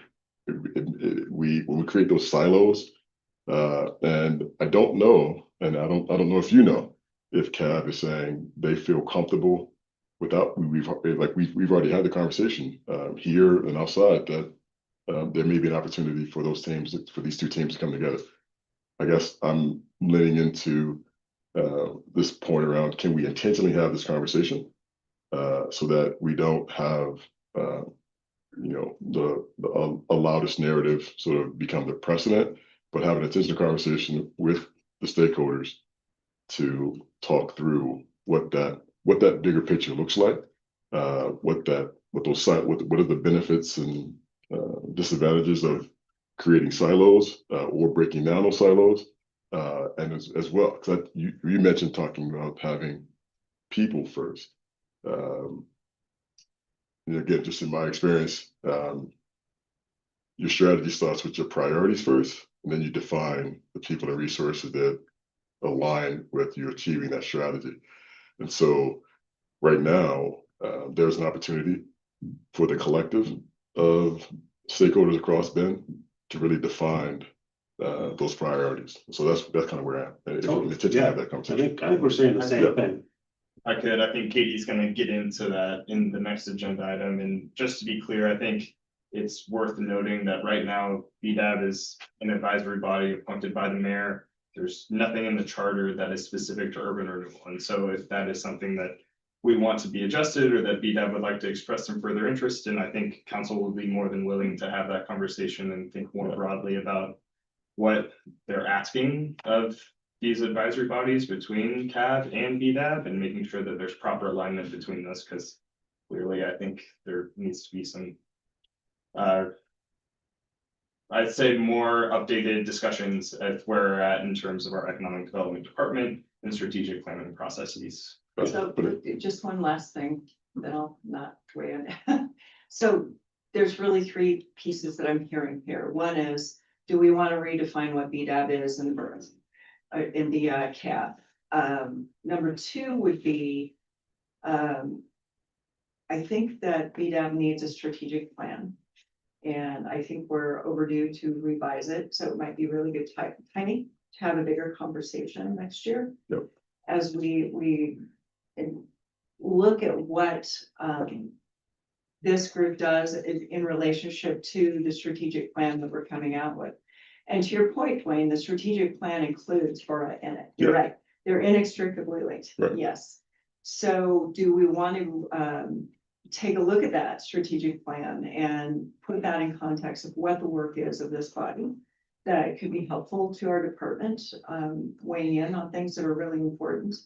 And there's several areas that I think have intersection with day-to-day business of folks out there. But we really do need to engage council Agreed. in how you're all structured, Agreed. because you serve at the request of the Yes. mayor and the council. And so I think those things are all interrelated, and we can put some time together, have this discussion on a more comprehensive basis. Great. If that makes sense. Yes. Sounds like that's a good next step. Cool. Katie, thanks very much. Appreciate the time. Thank you. Thank you. Okay, before we move on agenda item number 5, we've also invited Jesus Reyes, who I've been in conversations with the past several months. We've met through a group called the Professional Building or Business Development Group, or PBDG. They're a nonprofit that's based out of Portland, that's been coming out to Bend and doing different events. And we've talked along the lines of this topic and have shot some ideas back and forth, and Jesus attended one of the focus group sessions, actually both of the focus group sessions last week. And so if you want to come up and Sorry, just quick share some of the point of thoughts. order. Are we changing the agenda now? No, it's on the same. Number 5. So this is part of, you're saying this is part of the discussion that I just led? I'm saying it's within the relevant topic of what that agenda item is. Yeah. Good. Yeah, come on up. All right, so just kind of, touch some of the things that everybody was talking about economic development and helping small businesses. Been working with PBDG because I am COVID certified. Trying to work on commercial jobs, working into the, more federal state is my goal, to work for federal jobs. Not just include just everybody, USDA, Department of Defense, so that's the goal. A lot of them have brought a lot of, walls and just kind of uphill battles, being able to obtain or be included in some of those. So a lot of the work has been that with PBDG to be, ever since I joined, which I learned about them last year at the Small Business Summit in Redmond with, SBDC out of CLCC, which I talked to Keith. That's how I kind of got things going there. And the work's been just really helping us out, and they are a business development group. So they've made the effort to be helping us out here tactical, because we are in Central Oregon and a lot of those resources are not available here. There are some nonprofits that maybe I'm unaware of, but a lot of the times it's just been having that trust and development group that you can actually like say, okay, they're gonna be helping out. So that has been them for us, being able to trust, and they brought us on along and have given us at Tactical the opportunity to be in these kind of situations. That's why I'm kind of here, because just following that, which is really just following the path of how to get to those projects to be included. And then it starts with everything from making sure our workforce is trained properly, safety, quality. We have made great partnerships in the last 2 years with manufacturers, with getting our certifications, making the right connections with a lot of prime contractors in Portland, working with them, ScanScas, who actually met David over there, and a lot of people, a lot of primes with PBDG, and city officials. So they know how to navigate that COVID, how to sign up for that, and kind of put you in the right position, and present you to the right people, put you in those I guess really mixers work a lot really well, where they have city officials, primes. I had manufacturers come along, a lot of subcontractors, local subcontractors in that area. That's because they're just based in Portland. I've been going over there, attending Hillsborough. So because we are working on a PCC project with PBDG for a teaming effort. It's Block 56. So there's opportunities that I've been open to with them. So that's kind of what we're trying to replicate that here. And talking to Cyrus, kind of been a goal, like how can we recreate that here in Benton, where there's inclusion of everybody, not just COVID certified, but all small businesses. And going through a lot of these events, I went to a round table with the governor, and at the beginning, some of those DAS had a presentation about, they're by a mandate that 11% for COVID certified companies would be going from the governor's office, so a lot of that's a lot of money. And I feel like we do have a great opportunity to recreate the wheel. There is a lot of things that the rural areas, which I was able to speak my mind on about, like there's not a lot of resources in Central Oregon. We could be that here in Bend. So I feel like we do have an opportunity to work with the city, because we're already certified here. And I think there's like a 0.35% of COVID certified companies. And if like we were able to work with the city along with UDG and Tactical, because we use that almost like a pilot to be able to access some of those funds, because a lot of the talk we had in the meetings last week was about how can we build up our workforce and get funds like that. I mean, that's an opportunity that we can pursue as a team effort to acquire some of those COVID certified and be the hub for all the rural area, have it here in Benton. So I think it's a great opportunity. I mean, I'm just following the work, trying to acquire work. So I'm just here part of like small businesses to be included in and, get the support and the resources so that we can have a better workforce, and, not just in safety, but quality, and bringing on prime contractors that could possibly mentor them, do something like that, like some kind of replicate what they're doing over there in Portland, but, to Central Oregon's needs. So that's kind of like what I've been doing along with PBDG, with talking with Cyrus about how we can work together to access those funds for Central Oregon, because we do have a great opportunity. I mean, I think it's a lot of money. And that could help us grow, not just our workforce, but the businesses around, and have that flow of money, around Central Oregon areas, and just keep on helping, with everything. So it's kind of what I've been doing lately with Cyrus and PBDGs. Kind of why I'm here. Yeah, Thank yeah, thank you. Yeah, I think, we had the investment strategy last week and then the recap meeting. And, part of what is coming out of it is, maintaining our workforce obviously is a big kind of a push. And the economics associated with being able to not only maintain, but hopefully grow workforce. So the conversation was really around, region specific, because COVID isn't region specific. So can we create an economic driver through programming relative to, regionally specific to Bend, specific to Redmond, where, certain projects might have that local requirement. It needs funding to support it, but just a little bit of background on why Jesus is helping sort of paint that picture was the conversation started as an economic driver to maintain employment in Central Oregon. So thank you. If you guys have any, Yeah, if anyone has any other questions, I can wrap it up if not.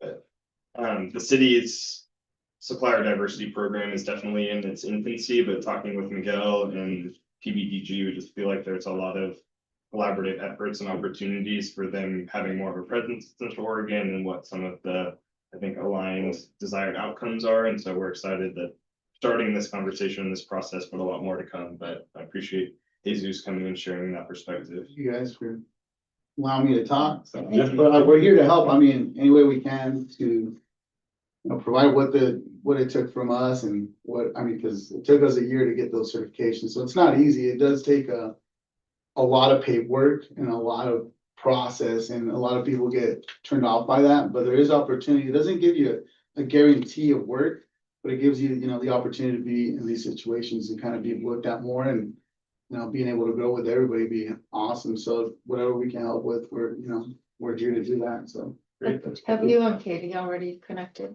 Oh, we've talked a little bit, but yeah, being at those meetings, so, I just hope to be part of it more, so that way we can give more input, because we do know a lot of roofers around here, and we got a lot of family doing a lot of work, so. And they also have small, businesses around town, so we can help in that way, and bring that perspective, so. Who's maintaining the supply diversity program now? I think that's yet to be determined. But I know they wanna allocate some money, so that'll help with. Yeah. Driving this, so. Thank you, Jesus. Yeah, no problem. Thank you. Thank you.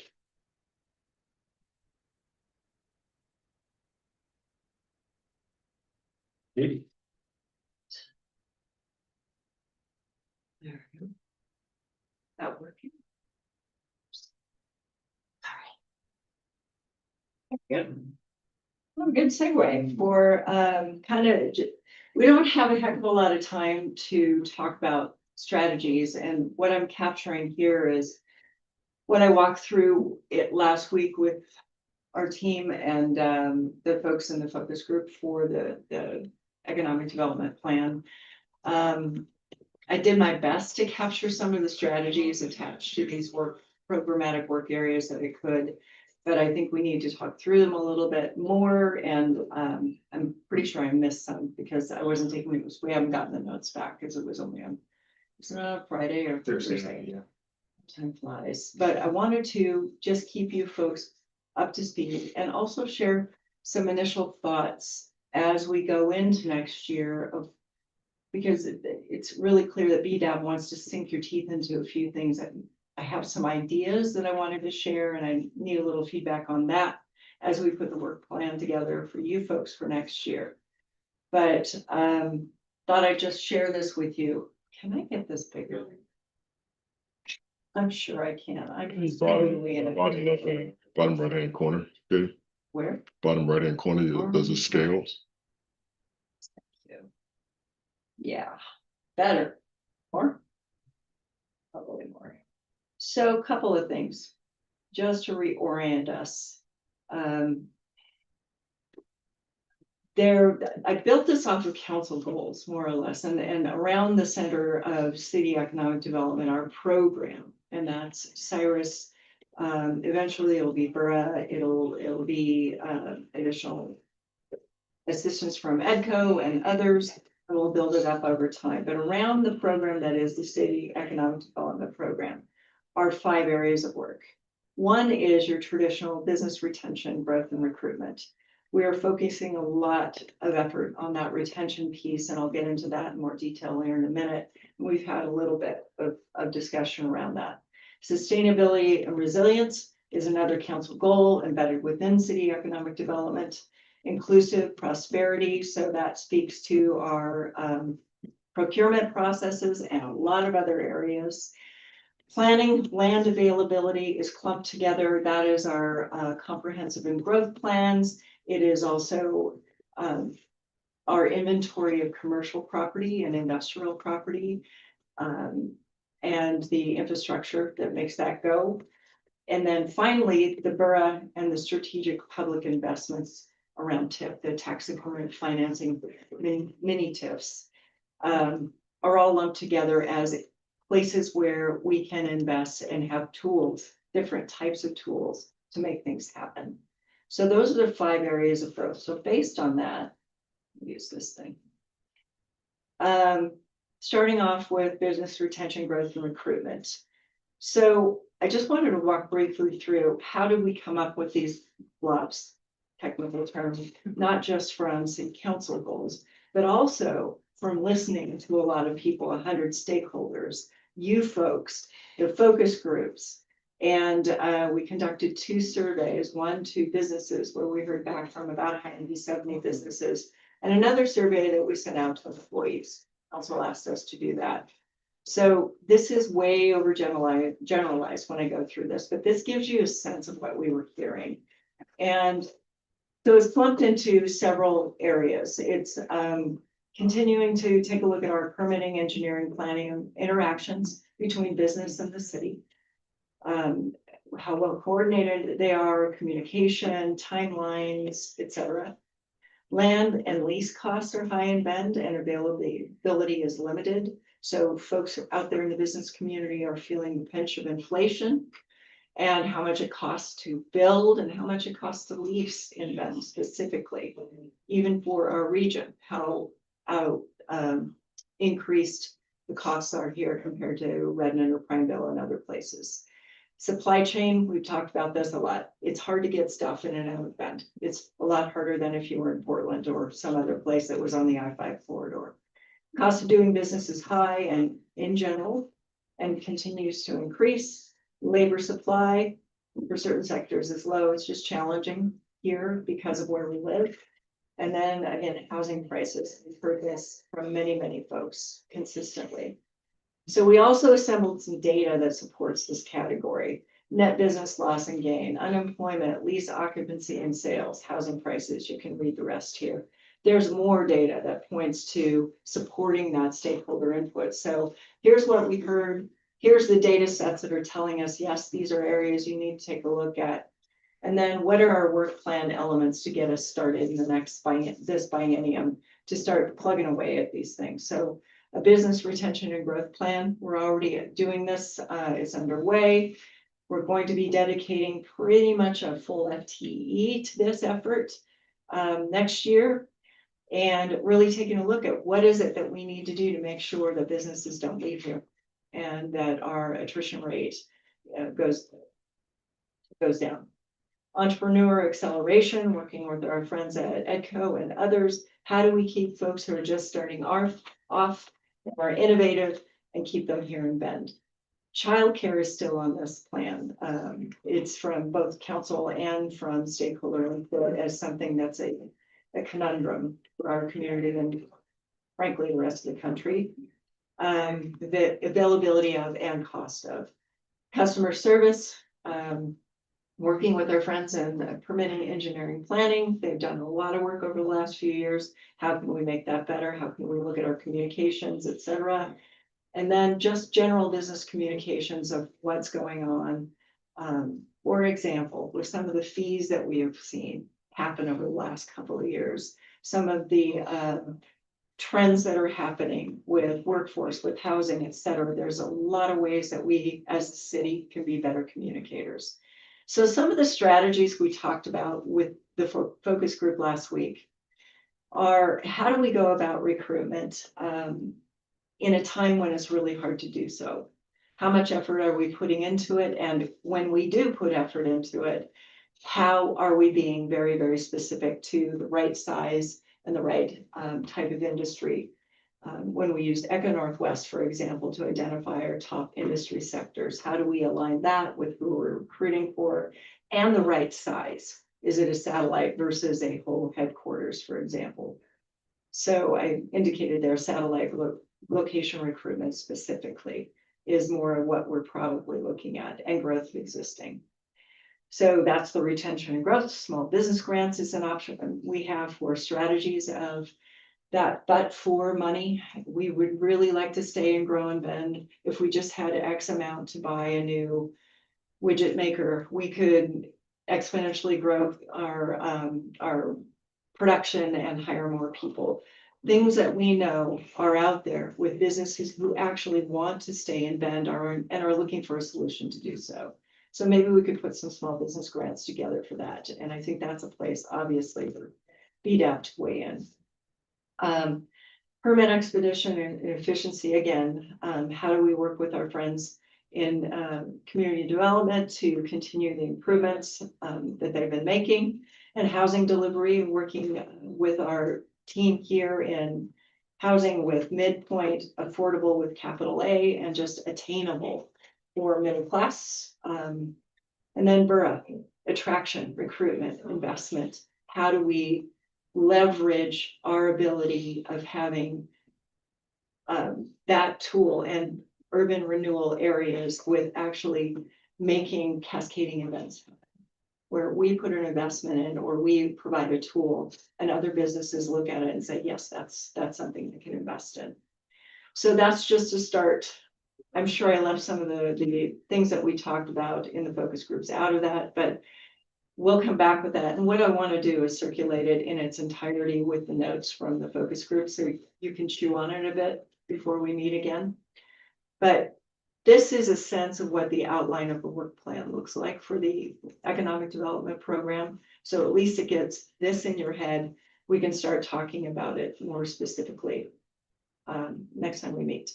Sustainability and resilience, took the stakeholder feedback of how do we make sure that we are focusing on those long-term growth industries, wildfire, natural disaster planning, economic stability through downturns and strangeness, through tariff increases and all the things that happen cyclically with the economy, and then changing workforce needs. So it's AI, it's automation and technology. It's as we grow specific sectors, what type of talent do they need? Do we have those right skill sets? What partners do we work with to bring them in?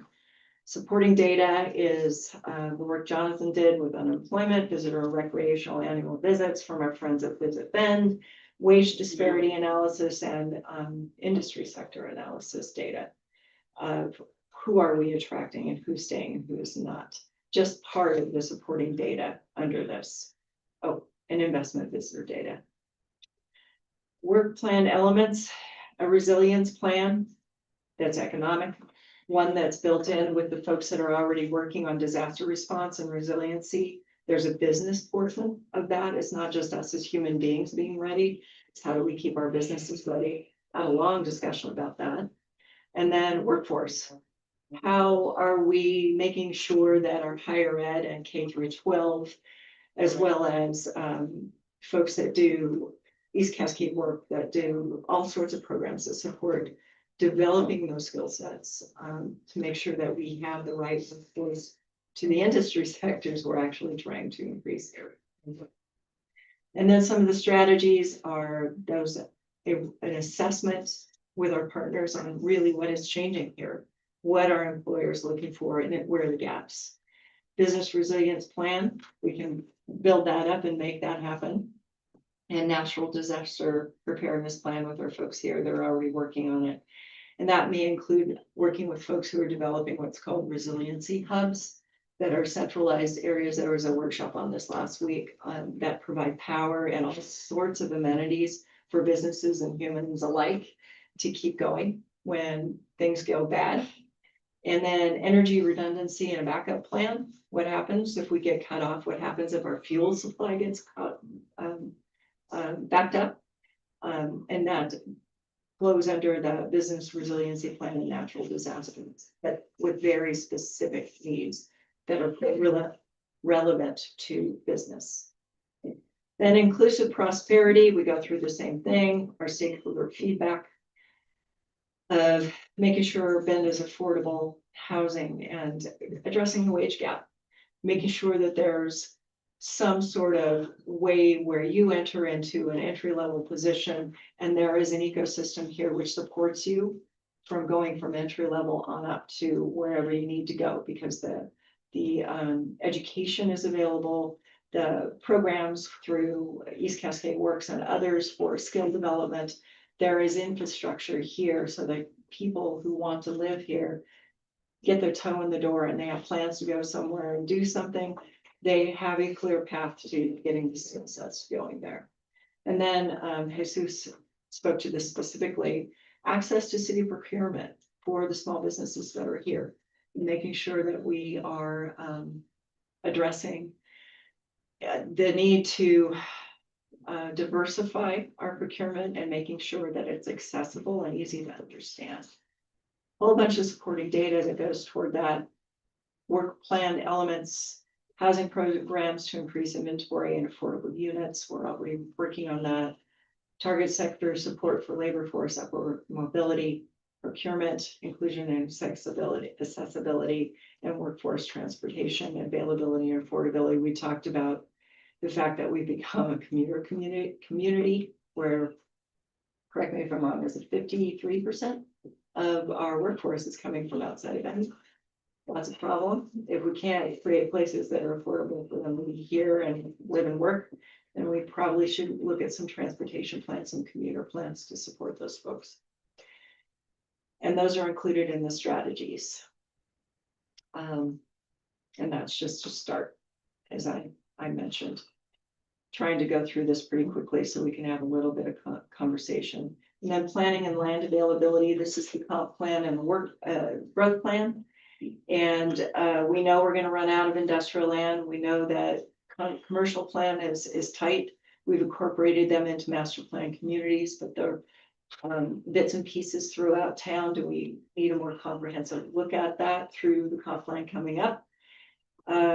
Do we want to take a look at the UGB? The growth plan is step one in looking whether or not in the future we need to push those borders out for all sorts of uses, not just housing, but for commercial and industrial. And then how do we find the money to put the infrastructure in so these things pencil out to be developed in the first place? All sorts of supporting data, work plan elements, as I mentioned, comprehensive and growth plan, industrial land inventory, commercial, transit, transportation. One of the things that in the potential strategies we brought up is, do we want to look at potentially putting a port together for Central Oregon? That's economic development based with aviation, public safety, Water Port 3. There are many other uses for a port as an economic tool that can combine the Tri-County area and not just be a Bend benefit as part of a potential strategy that's come up a couple of times. And then finally, the Invest Bend and the borough. A lot of stakeholder input from you folks as well on how we can do be more, what's the word I'm looking for? Proactive in figuring out how do we develop places like the core area, how to strategically look at the city's land, at the land that's there, at the money that we've generated from TIF, and make those cascading events happen where we do something that instigates other private money to do more and provide that return on investment all sorts of supporting data. We monitor where we spend the TIF and whether or not it's returning our investment every year. And then potential strategies and work plan, the same thing. It's what is our investment strategy moving forward? I encourage you to come to City Council on December 17th. Jonathan's going to be presenting the investment strategy to council. And that's the work plan for the next 5 years of how and why we invest in Juniper Ridge, BCCB, and also Murphy Crossing. And looking at our investments on infrastructure like Franklin Underpass, the Hawthorne Overpass, some of the infrastructure we put in up in Juniper Ridge to encourage industrial development, core area business assistance, and small business loans, and facade improvements in the form of grants. And then how do we focus that around with our partners at Perks and others on community-centered development, and making those investments stretch so they're public-private ventures and their assets that the community values as placemaking. So that's a sense of the outline of work. I went through it really fast, but it gives you a sense of what that final product looks like as an umbrella. And one of the things that I want to talk about as we move forward next year, this is really putting you could call it a 5-year target, but it's really this biennium, getting us to the end of 2027. How do we get this economic development program up and running, coordinated with other departments, aligned with council goals, and actually working on some real product?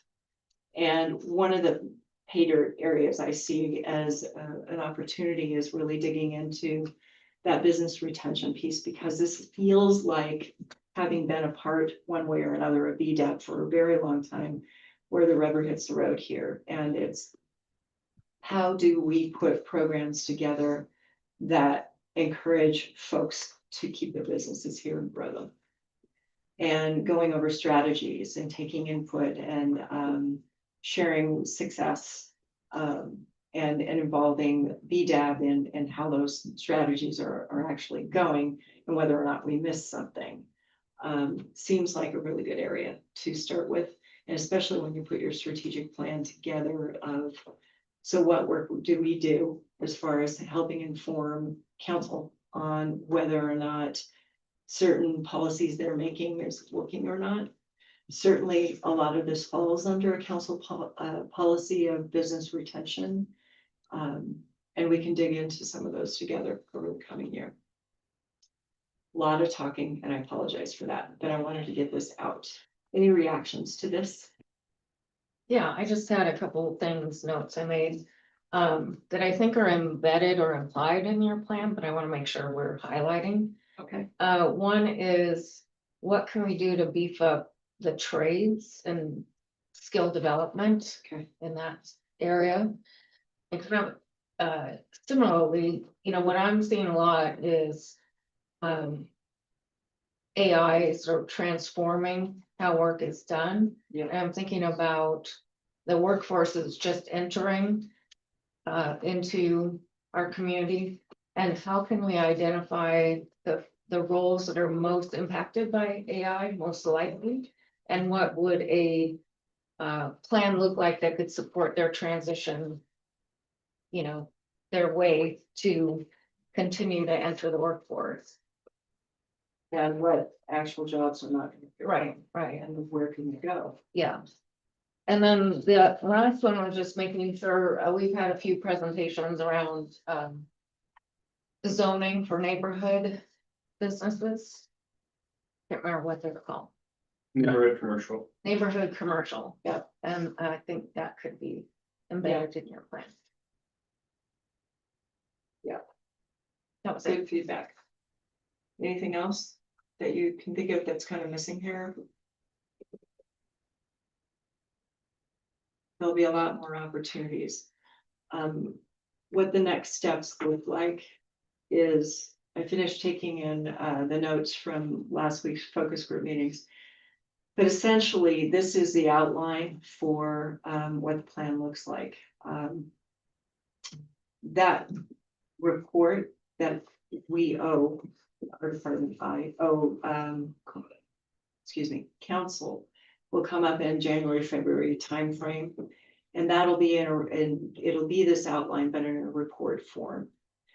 From there, the actual work products, there's a lot of work to be done in the coming year over that. And one of the pieces that I want specifically to bring here is that retention strategy, and what we're planning on doing and working toward it. There may be other pieces and a lot of other data that we want to follow as we move along.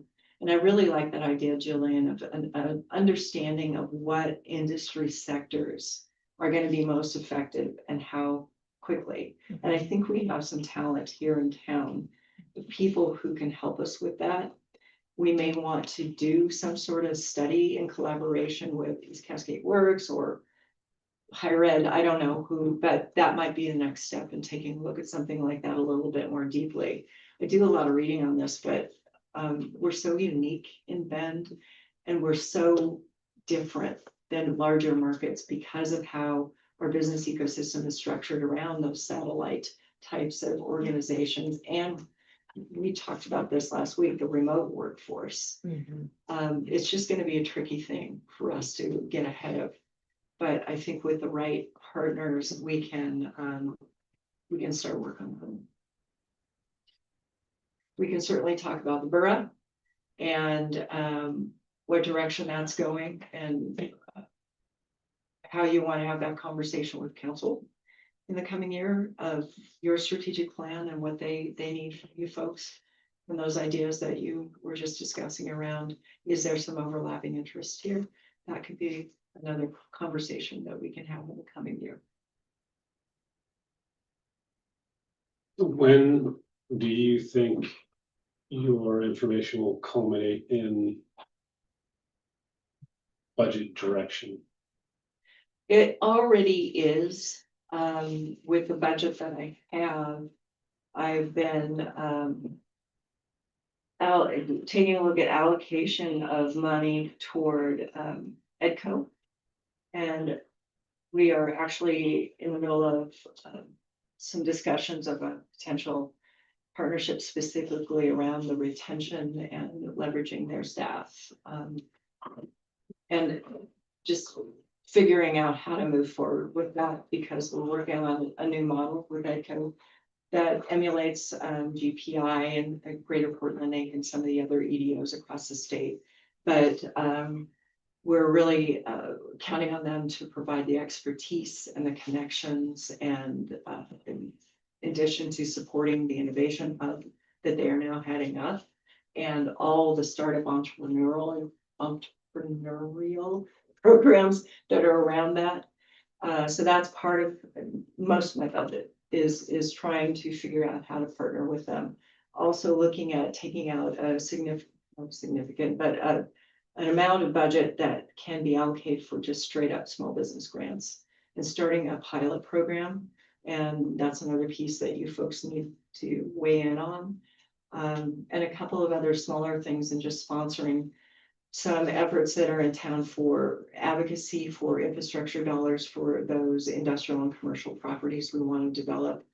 And working with the Chamber and the Regional Business Alliance in this legislative session coming up to make sure that we get our voices in there. In the allocation of funds for things like that. It's going to be a tough year. It's wishful, but there are a lot of other needs, but having a more organized and unified voice for infrastructure dollar investment in Central Oregon and for Bend, I think is going to be really critical. So we're going to be putting a little bit of budget toward that as well. And bringing in a couple of staff, mostly from EDCO and internal teams, because we just didn't have the budget to add an FTE this go around.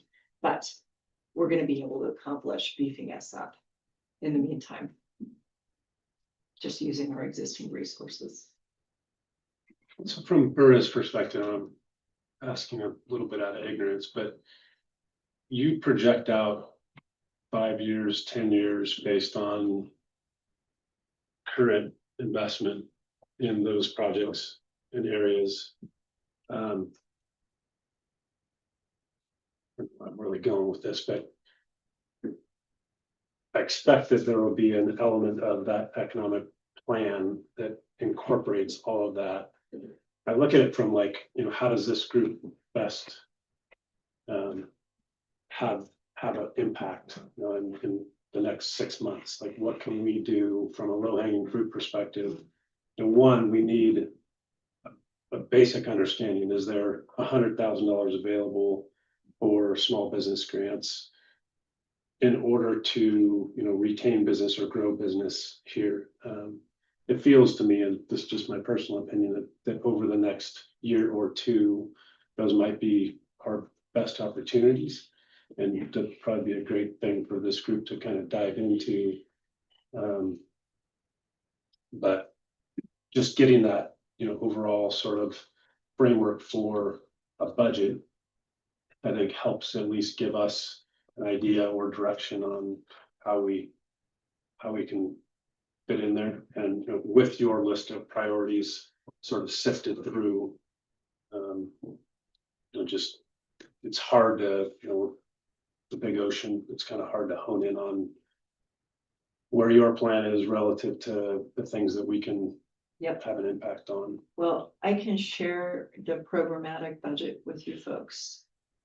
I'll tell you, in total, I have about 128,000 till the end of this biennium.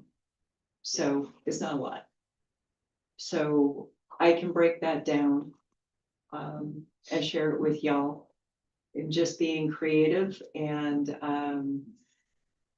trying to start, for example, you mentioned the small business grants, we're not gonna have 100,000 to put out, obviously, but we will have enough to do a pilot or two. And it's one of those programs I think that we need to start it out and do the proof of concept with. And so what I want to talk to you folks about is how do you do that moving forward? What are the criteria we're going to use? How do we make the selection? For example, some of the criteria I think that's going to be really important is this business that actually wants to stay here? They're actively trying to stay here. And that would be one of my top criteria. Do we want to incorporate and make sure this is accessible to all types of businesses and business owners, and make sure it's equitably distributed? Is it for equipment? Is it for labor? Do we care? All sorts of things. And we're going to put some thought into it, make some recommendations, and then ask you to weigh in on that. That different than like a small business loan that's kind of had low interest through grant program? Yeah. Because COIC has something. Yeah, they have, I think, 1% on small business loans. This is a flat out grant. Okay. And what we'll want to do is track, a year from now, are they growing? Are they here? That sort of thing. So that's why I say I think this time around it's got to be a pilot. There are 1,000 ways we can go about doing this, and which one is going to be, especially given this economy and where we're at right now, most fruitful and meaningful. Do we want to spread it like peanut butter, or do we just want to make a big investment in one? Sure. Big investment. Yeah. Yep.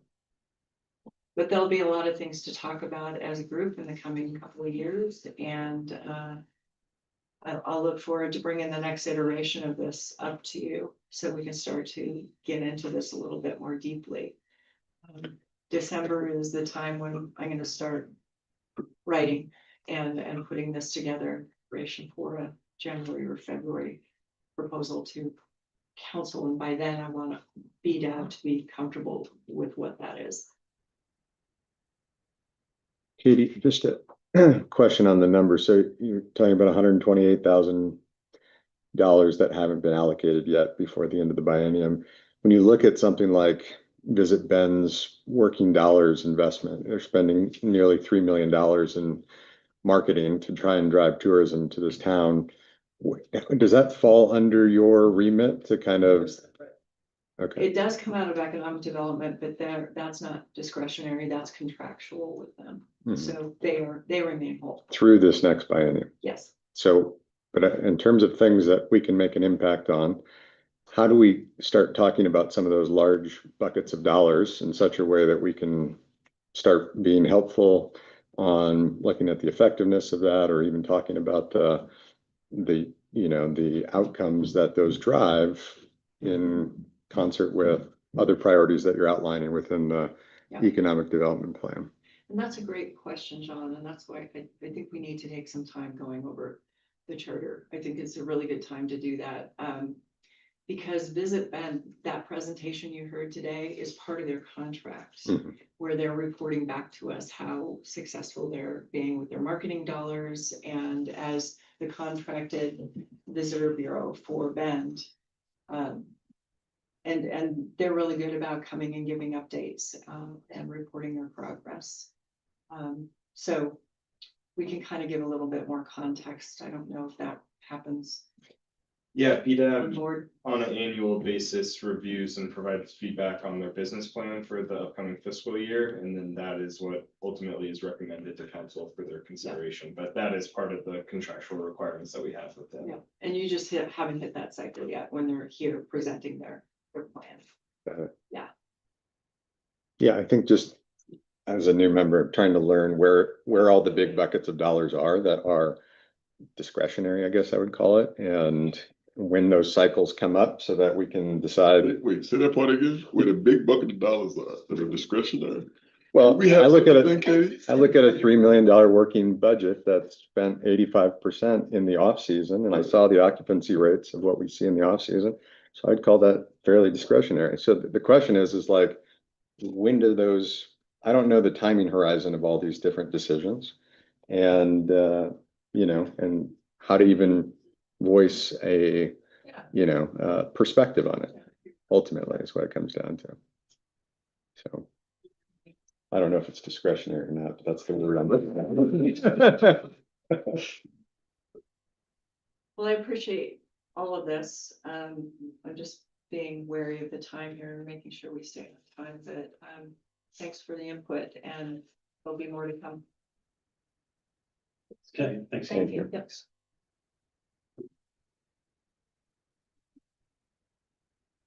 Okay, so we have 5 minutes left for kind of new business or conversation. I think we need to start having sort of action items on our list prior to the next meeting. Not sure the best way to get that back from this group, this 5 minutes we have left probably isn't, but budget came up, the BDAB and CAB conversation, the charter that is currently what BDAB is supposed to be doing. All of those things were brought up in conversation. Priorities of the economic plan, supplier diversity program. So maybe the best thing to do would be to email that in with your notes or questions relative to what was discussed today. And we can make actionable items out of that. And I'm willing to go talk to people and we can disperse, what that work looks like up into the next meeting so that we can work on it or about it. So that we can sort of make progress on those things. Sounds great. So the email. Yeah, email me individually, please, with your thoughts, just for public meeting. Yeah, if you're talking about having conversations. Elizabeth Oshel with the city attorney's office, if you're talking about having conversations outside of this room, want to make sure that you're not individually communicating amongst a quorum of y'all. So most of those discussions you're going to want to bring back here at a noticed meeting and have those as a body. One-on-one conversations can be okay, but you don't want to be Gary or Cyrus or anybody facilitating a conversation amongst a quorum of you, even if those are happening one-on-one, one at a time. Yep. So just be aware of that. Yeah, I think for now, we're just gonna get the feedback and figure out what the action items need to be or what we have time for our next meeting to report back on. That's real quick though. So, so our next meeting is first week of December, right? Correct. We have 2 hours or so, right? Cool. Katie talked about the fact that, there is an opportunity for us to develop a strategic plan. From BDAP to To be that, yeah, Yeah. cool. So, when we have the meetings here, we, a lot of great feedback from city staff. There's not a lot of conversation between ourselves. Why can't we take an hour, 15 minutes, whatever it might be, to get questions like John's question, right? Where is the opportunity? And we have a dedicated, intentional conversation amongst the members about what the next year should look like, and get the priorities, at least start having this intentional conversation about what the priorities would be, how we feel like we can be supportive, and what that looks like in terms of our reporting back to city council. I think just taking the time to have a conversation around that, and Gary, if you want to take the lead in sort of drafting that agenda of what that time would look like, that'd be great. That is something, correct, we can, thank you. That we can do. Yeah. And talk about that, right? Totally. Yeah, I mean, historically, we've built these agendas ahead of time and they get filled, Yeah, right? So it's like trying to figure out where the priorities are for BDAB, being still mindful of our advisory capacity to city council to make sure facts. we can do that. So, So if there's no sense of urgency, I saw I'm talking to you, there's no sense of urgency coming up in that first week. Can we maybe be intentional about getting an hour and 15, hour and a half on that agenda, so that just a Gary, roundtable. Yeah. With an agenda. right, if there's I don't think there's, between the next month or so and the holiday season, there's going to be a sense of urgency like that. If we can get that, that'd be great. Yeah.